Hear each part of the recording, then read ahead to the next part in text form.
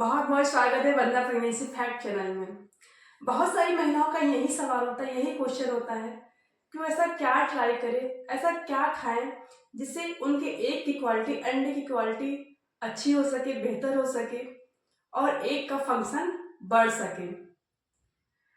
तो हम इस वीडियो में एग की क्वालिटी को क्या चीज़ें अफेक्ट करती हैं, खराब करती हैं और अपनी डाइट में क्या शामिल करना चाहिए, कौन से एक्सरसाइज करनी चाहिए जिससे कि हमारी एग की क्वालिटी दिन पे दिन बेहतर हो जाए, अच्छी हो जाए, इन सब चीज़ों को इस वीडियो में कवर करेंगे। प्लीज़ वीडियो को पूरा एंड तक जरूर देखिएगा, आपके लिए बहुत ज़्यादा फायदेमंद, यूजफुल होने वाला है। चैनल में पहली बार है तो प्लीज़ चैनल को सब्सक्राइब कर लीजिए, लाइक कमेंट शेयर जरूर कीजिए जिससे मुझे और मोटिवेशन मिले आपके लिए हेल्पफुल वीडियो बनाने के लिए। तो सबसे पहले बात करते हैं, ये पुअर एग की क्वालिटी होती क्या है, क्या ऐसी चीजें होती है जिससे हमारे एग की क्वालिटी खराब होती चली जाती है। देखिए, हमारी बॉडी में बहुत सारे सेल्स होते हैं, कोशिकाएं होती हैं, उनमें एक कोडिंग यानी एक डीएनए होता है जो उनको मेंटेन किए रहता है, जिसको हम जेनेटिक हेल्थ बोलते हैं। अगर अंडे की जेनेटिक क्वालिटी, जेनेटिक हेल्थ अच्छा है तो अंडे की क्वालिटी अच्छी हो गई और प्रेग्नेंट होने के चांसेस बेहतर होते चले जाएंगे। ये जो कोड होता है यानी जो डीएनए होता है अपनी जगह पर मेंटेन रहता है, लेकिन कुछ प्रोटीन की वजह से ये ब्रेक डाउन टूटने लगता है, जिसकी वजह से अंडे की क्वालिटी खराब होती चली जा रही है। तो पहले फैक्टर की बात करते हैं जो हमारी एग की क्वालिटी को खराब करता है, वो है एज, उम्र। जी हाँ, पहले के लोग कहते थे कि बच्चा कम से कम 30 के पहले से पहले हो जाना चाहिए। जब तक आपका 30 उम्र हो रहा है, 30 की एज आप आ गए हो, उसके पहले पहले आपका बच्चा हो जाना चाहिए। वो ऐसा क्यों कहते थे? वो ऐसा इसीलिए कहते थे कि जैसे जैसे हमारी उम्र बढ़ती है वैसे वैसे एग की क्वालिटी धीरे धीरे डैमेज, खराब होने लगती है। जैसे जैसे हमारी उम्र बढ़ती है वैसे वैसे हमारी बॉडी में कुछ टॉक्सिक, जैसे कि ऑक्सीडेटिव फ्री रेडिकल्स बनने लगते हैं, तो जिसकी वजह से एग की क्वालिटी खराब होती चली जाती है। तो जो ऑक्सीडेटिव फ्री रेडिकल्स होते हैं उनको तो हम उम्र के साथ रोक नहीं सकते, हाँ, लेकिन ये है कि कुछ चीजें हम शामिल करके, जैसे एंटीऑक्सीडेंट हो गए, उनको शामिल करके ये जो ऑक्सीडेटिव फ्री रेडिकल बन रहे हैं उनके बनने की गति को थोड़ा सा डीले कर सकते हैं, जिससे कि आपकी एग की क्वालिटी थोड़ी सी इम्प्रूव, बेहतर हो जाए। जो एंटीऑक्सीडेंट लेना है या तो आप दवा के रूप में लीजिए या तो आप नेचुरल वे से लीजिए। मैं पहले प्रेफर करती हूँ दवा से पहले आप नेचुरली तरीकों से ठीक करने की कोशिश कीजिए। तो जो एंटीऑक्सीडेंट है वो नेचुरल वे में कैसे मिलेंगे? फोलेट यानी आयरन। जितने भी हरे पत्तेदार सब्जियां हैं, बथुआ हो गया, पालक हो गया, चराई हो गया और जो मेथी के पत्ते हो गए, इनको अधिक से अधिक अपने डाइट में शामिल कीजिए जिससे आपकी आयरन की कैपेसिटी बढ़ती जाए और आपकी एग जो है वो इम्प्रूव दिन पे दिन करता चला जाए। दूसरे नंबर की बात करते हैं, दूसरा है विटामिन सी। विटामिन सी, संतरा लीजिए, नींबू लीजिए, आंवला लीजिए, जो भी खट्टी चीजें हैं उनको अपनी डाइट में शामिल कीजिए। ये भी आपके एग की क्वालिटी को, फंक्शन को इम्प्रूव करेंगे। और विटामिन डी, आजकल अगर मैक्सिमम लोगों में विटामिन डी की कमी पाई जा रही है तो विटामिन डी को आप मेंटेन करिए। आप सनलाइट लीजिए, सूर्य के प्रकाश में रहिए, सुबह की सनलाइट में रहिए। और इसके बाद बात करते हैं विटामिन ई की। अखरोट खाइए, मूंगफली खाइए, बादाम खाइए, इसमें विटामिन ई की मात्रा होती है। ओमेगा 3 फैटी एसिड को शामिल कीजिए। अब इसका कैप्सूल भी ले सकते हैं, एक लिमिटेड डोज में इसका कैप्सूल भी आता है, उसको भी अपने डाइट में शामिल कीजिए जिससे कि आपकी एग की क्वालिटी दिन पे दिन इम्प्रूव होती चली जाए।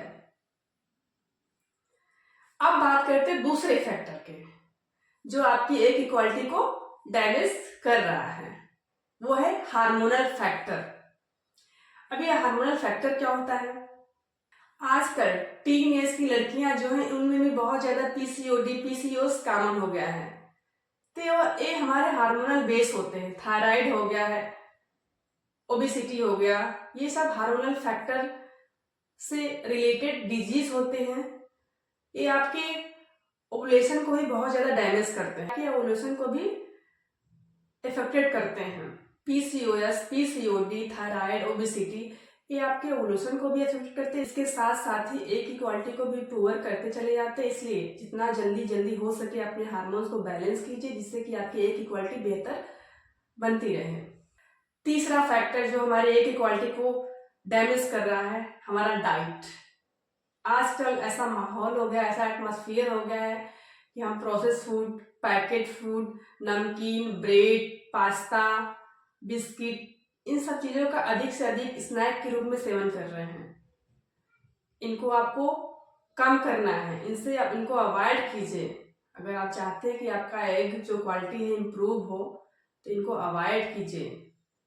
आप जो भी एक अपने लाइफ का मंत्रा बना लीजिए, जो भी वाइट चीज़ें हो, वाइट शुगर, वाइट मैदा, ब्रेड, पास्ता, ये सब जितनी वाइट चीज़ें दिखने वाली हैं उनको लिमिटेड डोज में लीजिए, लिमिटेड मात्रा में लीजिए।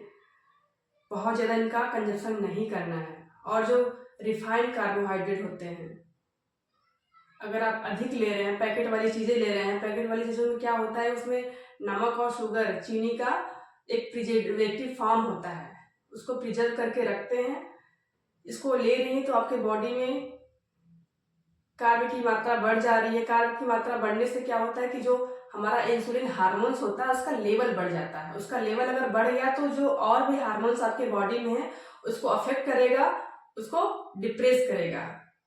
इसलिए आपको बहुत ज़्यादा कार्ब पे फोकस नहीं करना। तो अपने डाइट में प्रोटीन और फाइबर बढ़ाना है।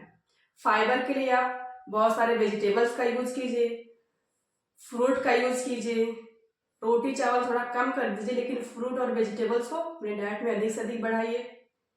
दूसरा है प्रोटीन।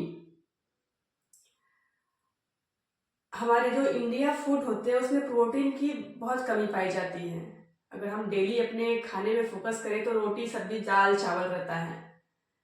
दाल में थोड़ी बहुत प्रोटीन रहती है, तो अपने डाइट में प्रोटीन की मात्रा बढ़ाइए। आप दूध लीजिए, टोफू लीजिए, पनीर लीजिए, सोयाबीन लीजिए, अंडे लीजिए, नॉनवेज खा रहे तो उसको भी शामिल कीजिए।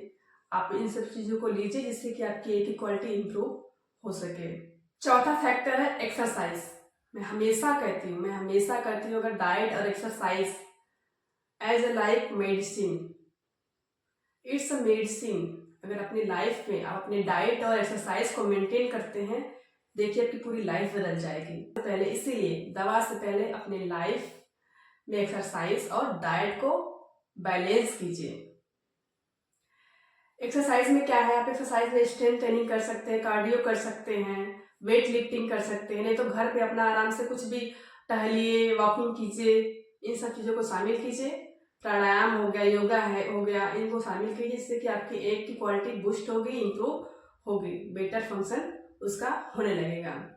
पांचवा फैक्टर है एल्कोहल, टोबैको, स्मोकिंग। इन सब से बचिए। अगर आप इनडायरेक्टली वे में लेते हैं, पैसिव फॉर्म में लेते हैं, मतलब अगर आपके आसपास कोई स्मोकिंग कर रहा है, उसका स्मोक धुआं जो है अगर आपके पास आ रहा है, तब पर भी ये इनडायरेक्टली आपकी एग की क्वालिटी को डैमेज कर रहा है। तो इन सब चीज़ों से भी बचिए। और सबसे लास्ट छठा फैक्टर है स्लीपिंग। स्लीपिंग हर फैक्टर पे हावी है, डोमिनेंट है। आपको डेली 7 से 8 घंटे की नींद जरूरी होता है। जब हम स्लीपिंग पीरियड में होते हैं तो उस टाइम हमारी बॉडी में कुछ हार्मोन्स की वजह से हार्मोनल जो इशू होते हैं वो रीसेट होते हैं। कुछ ऐसे हार्मोन्स का सिक्रीशन होता है जो कि आपके शरीर में जो इम्बैलेंस हार्मोन्स हैं उनको एक लेवल में लाते हैं, उसको बैलेंस करते हैं। तो आप अच्छे 7-8 घंटे की नींद को कंप्लीट कीजिए। आप इसके पहले अच्छी अच्छी बातें सोचिए, मेडिटेशन करिए, योगा करिए, जिससे कि आपकी नींद की क्वालिटी जो है कि बेटर हो सके, इम्प्रूव हो सके। अगर आपकी नींद की क्वालिटी अच्छी होगी, इम्प्रूव होगी, तो आपकी प्रेगनेंसी होने के चांसेस भी बेटर होंगे, आपकी एग क्वालिटी भी बेटर होंगे। आशा करती हूँ वीडियो आपको बहुत ही यूजफुल लगा होगा। अपना ध्यान रखिए, अपना केयर कीजिए। देखने के लिए बहुत बहुत धन्यवाद।